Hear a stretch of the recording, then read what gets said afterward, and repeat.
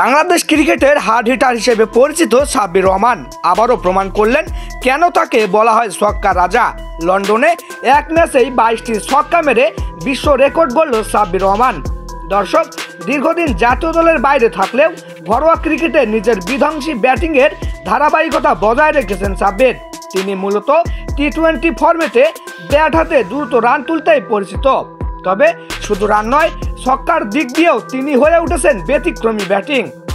সাব্বিরের এই রেকর্ড ইতিমধ্যে ক্রিকেট অনুরাগীদের মধ্যে নজর কেড়েছে। বিসিবির ঘরোয়া ফিটনেস ক্যাম্প বা ডিপিএল কিংবা বিপিএল সব জায়গায় সাব্বিরের ব্যাটিং মানেই বড় শটের প্রদর্শনী।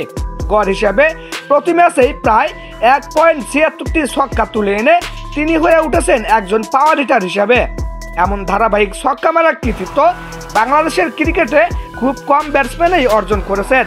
তার এই ছক্কার সংখ্যার কারণে ভবিষ্যতে আবারও জাতীয় দলে ফেরার সম্ভাবনা নিয়ে আলোচনা শুরু হয়েছে।